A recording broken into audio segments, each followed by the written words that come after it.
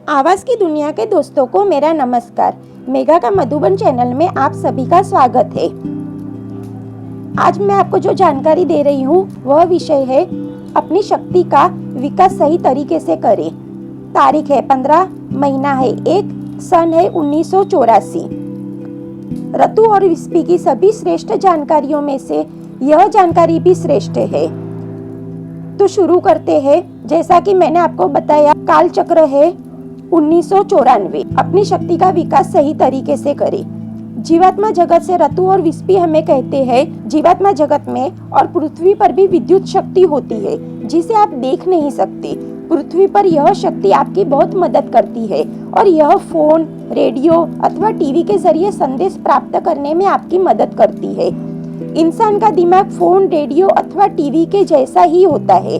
पृथ्वी पर कुछ लोगों ने संदेश प्राप्त करने की शक्ति विकसित की है, कुछ लोगों ने केवल संदेश भेजने की शक्ति विकसित की है और कुछ लोगों ने दोनों शक्तियां संतुलित रूप में विकसित की है।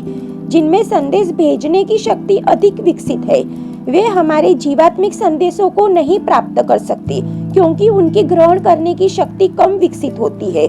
पृथ्वी पर ज्यादातर लोगों में मानसिक और अलौकिक शक्तियां होती है, लेकिन उसे विकसित करना उन्हीं के हाथों में होता है और यह विचार करना बहुत महत्वपूर्ण है कि उन्हें विकसित कैसे किया जाए।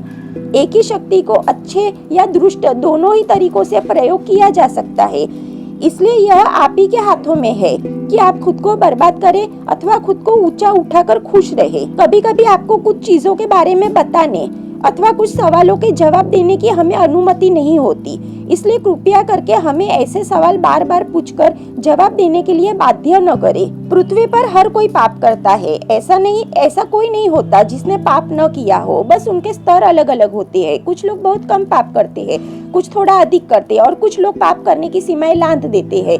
इसलिए यदि आपसे एक छोटा सा भी पाप हो जाए तो आपको अपने कर्मों के जरिए उसका हिसाब चुकाना होता है।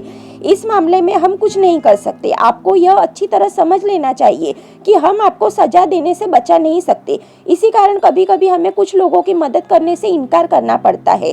हमें ऐसे लोगों की मदद करना अच्छा लगता है। हम ऐसे लोगों की मदद करने को सबसे ज्यादा इच्छुक होते हैं जो भले और निर्दोष हो अथवा पृथ्वी पर बुरे लोगों द्वारा प्रताड़ित किए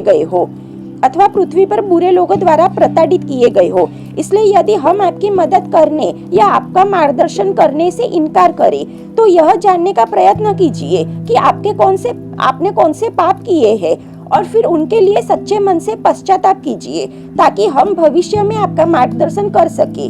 केवल नकारात्मक आत्माएं ही बहकाकर और गलत मार्गदर्शन देकर आपको निराश कर देना चाहती है, लेकिन अच्छाई की ओर अच्छा और दुष्टता की ओर दुष्टता आकर्षित होता है। अच्छाई की ओर अच्छा और दुष्टता की ओर दुष्ट आकर्षित होता है। इसलिए अच्छा बनने की पूरी कोशिश करें और ईश्वर जरूर आपकी मदद करेंगे। कई बार अपने गलत उद्देश्य की वजह से, अपनी गलत सोच, गलत इच्छाओं और मकसद की वजह से हम किसी को पीछे धकेलते हैं, नीचा दिखाते हैं, उसे अकेला कर देते हैं। हद तो तब होती है जब आप उसका हक मारते हैं, उसे अपने पैरों पे खड़ा होने नहीं देते, बस अपने फायदे के लिए उसका इस्तेमाल करना, उसे बेवकूफ बनाना और फिर इतराते फिरते हैं मंदिरों में, समाज में कि देखो देखो हमने उसे कैसा बेवकूफ बनाया और अपना फायदा कर लिया। आप सोचिए, उस मजबूर की जगह आप होते तब भी क्या आप ऐसा सोचते? आपकी मजबूरी में कोई आपका हक मारता, आपका फायदा उठाता तो क्या तब भी आप खुश होते? नहीं ना। अगर दुख उसके लिए नसीब है तो वह मेहनत करके, सीख के धीरे धीरे अपने दोष खत्म कर रहा है, पर आप क्यों दोषी बन रहे हो उसका हक मारकर? कई बार ऋतु और विस्पी हमें यह भी समझाने की कोशिश करते हैं कि ऐसा करके आप पूरा एक लोक नीचे गिर जाते हैं। मृत्यु पश्चात हम क्या ले जाते हैं साथ? यही ना, पाप, पुण्य, सकारात्मक भावनाएं, दुष्ट भावनाएं या हमारे अधूरे रह गए या पूरे हुए लाइफ लेसन। धन, भौतिक चीजें, परिवार सभी तो छूट जाता है ना पीछे। कई बार लोग अपनी गलत धारणाओं की वजह से अन्य लोगों को नुकसान पहुंचाते हैं। ये कहाँ तक उचित है? हम धरती पर कुछ सीखने, सिखाने और अपना जीवन उद्देश्य पूरा करने हेतु आते हैं, अपने कर्मों को चुकतो करने आते हैं, प्रकृति के बीच रहकर निर्दोष जीवन जीने आते हैं। ये तेरा, ये मेरा, इस युद्ध के पीछे हम जीवन का असली आनंद ही भूल जाते हैं। तो आज के लिए इतना ही। आने वाली वीडियो में फिर किसी अन्य टॉपिक पर हम बात करेंगे। हंसते रहे, मुस्कुराते रहे। Thank you very much.